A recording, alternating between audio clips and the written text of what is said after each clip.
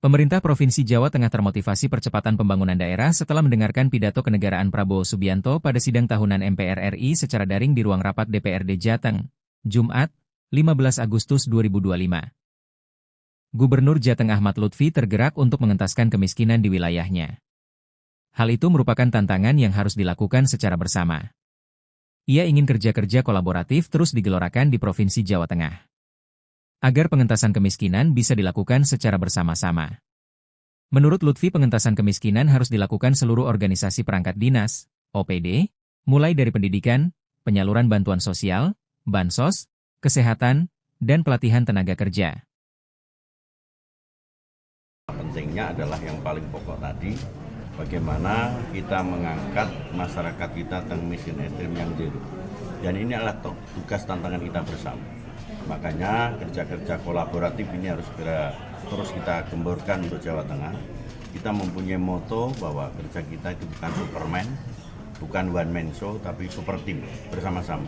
Contoh misalkan indikator miskin itu harus kita proyok kepada seluruh OPD di dinas kita. Dari segi pendidikannya kita kroyok, kemudian dari segi bansosnya kita kroyok, kemudian dari tenaga kerjanya kita kroyok, kemudian dari kesehatannya kita kroyok, sehingga masyarakat miskin itu betul-betul terlayani dan tepat sasaran. Artinya tepat sasaran adalah program-program yang itu tepat sasaran, langsung bersentuhan dengan masyarakat dan langsung berdaya guna saat itu, sehingga setiap triwulan dapat kita lakukan evaluasi apakah dari miskin P1 bisa meningkat P2, kalau perlu P3 menjadi potensi miskin, kalau perlu tidak ada.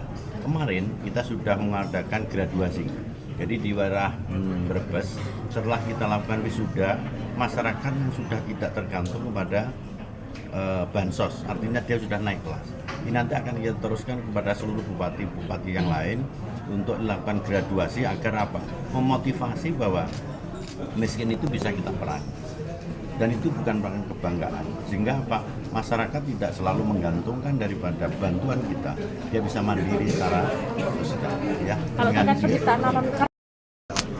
Ya, ini dalam rangka peringatan 80 tahun Indonesia Merdeka, tadi sudah disampaikan Bu Ketua DPR dan Pak Presiden otomatis memberi semangat pada daerah-daerah untuk lebih bisa membangun daerahnya. Yang tadi ditekankan adalah yang harus kita lakukan adalah membuat angka kemiskinan 0%. Tadi ya sudah kita visi-visi dengan Pak Gub, ini akan kita perjuangkan supaya walaupun tantangannya berat, tapi ini harus kita laksanakan karena itu mereka adalah warga negara Indonesia yang punya kedudukan yang sama. Mungkin nenek atau kakek-kakeknya dulu juga berjuang untuk merdeka.